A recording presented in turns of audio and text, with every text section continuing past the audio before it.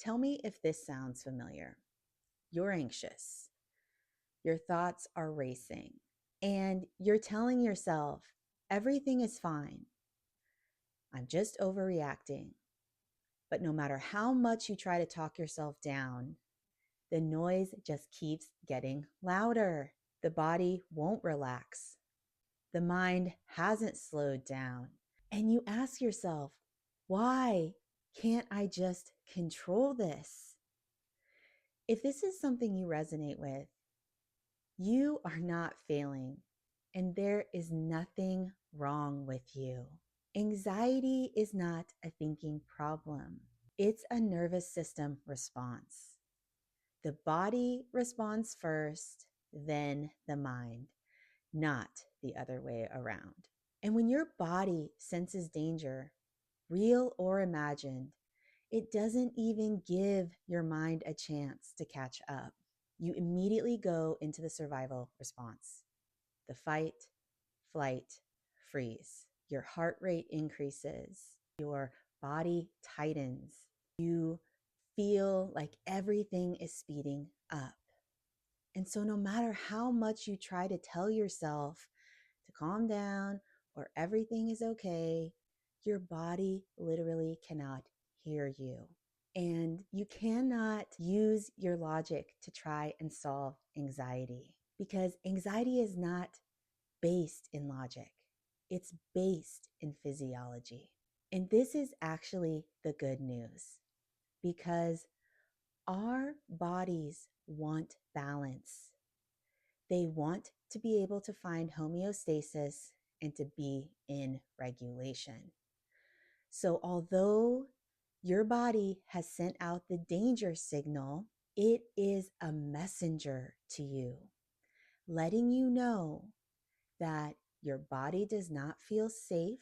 You are feeling overloaded. You don't feel like you have enough support, or you've just been carrying too much for too long. So, we really want to learn how to notice the signals that our body is giving us and then be able to meet ourselves in that moment and create space and slowness for the body to be able to soften and relax. Our bodies are actually working for us.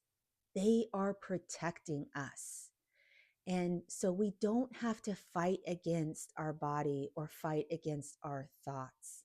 And so if we cannot outthink anxiety, the first thing we want to do is dial down the mental energy and come back into presence within our own body. And the two easiest doorways to do that is through awareness and through our breathing. Because if we were actually in a safe and regulated state, our breathing would be very relaxed and normal, and it wouldn't be shallow. It would feel automatic. And this time of year leading up into the holiday season is the perfect environment to increase the stress and anxiety within us. And so it creates this dynamic where there's a lot of rushing and hurrying, and we're not actually slowing down enough to be present in our bodies. And so this is the perfect time to learn and practice this skill set. Now, if you're wondering how I know this, I just want to touch on this here. During the pandemic, when I was working on the crisis line, I just couldn't feel safe in my body. And so I went on a mission to find ways to be able to work with my anxiety. And I wanted to do it from a place of presence, not pressure. So today, I want us to practice orienting ourselves and coming back into our bodies in this present moment. Orienting is one of those practices where we are basically just using our senses to be able to identify where we are in time and space and be able to give our body the signal that we are in fact safe.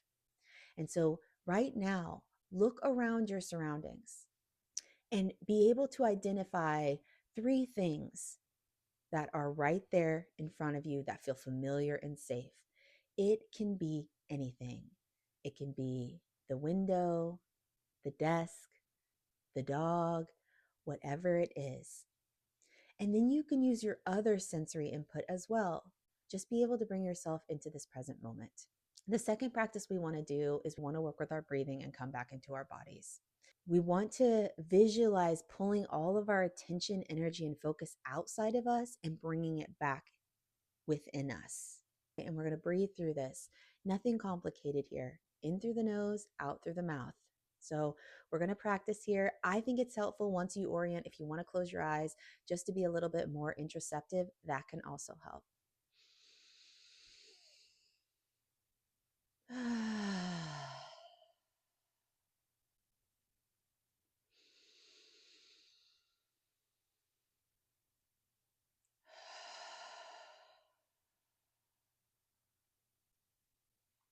This is just one of the very first practices that we learn. We are being able to bring ourselves back into the here and now and give ourselves the signal that we are, in fact, safe. There are so many other tools that you can utilize, and we are going to talk about a lot of those tools here. But the first and primary way that we want to be able to meet ourselves, we're not pushing against the anxiety, we're not fighting our bodies. We're actually just recognizing that our bodies are doing exactly what they were designed for, which is to keep us safe and to prioritize survival. And so if we know that, all that discomfort that we're feeling in our body and all that increase in mental energy, we understand why that's happening. And we know that it's a messenger. It's giving us the real time feedback that our body is not feeling safe. It's not feeling supported. And that we need to slow down intentionally, come back into our own energy, and be able to breathe and communicate in a language that it understands. So use this practice and begin just leaning into the anxiety. We don't want to fight against it because anything we resist persists. And so if there's resistance, not wanting to be in that particular state, having thought patterns that tell us it's going to spiral or get out of control, or that we don't have the capacity to self-soothe, those things do not serve us and they are not truth, because we all have the capacity to learn this skill set and to begin practicing. So go down into the comments. Let me know, what is the most difficult part about anxiety for you? What makes it so challenging when you are experiencing that increase in mental energy or that discomfort in your body? I will catch you on the next one, everybody. Take good care.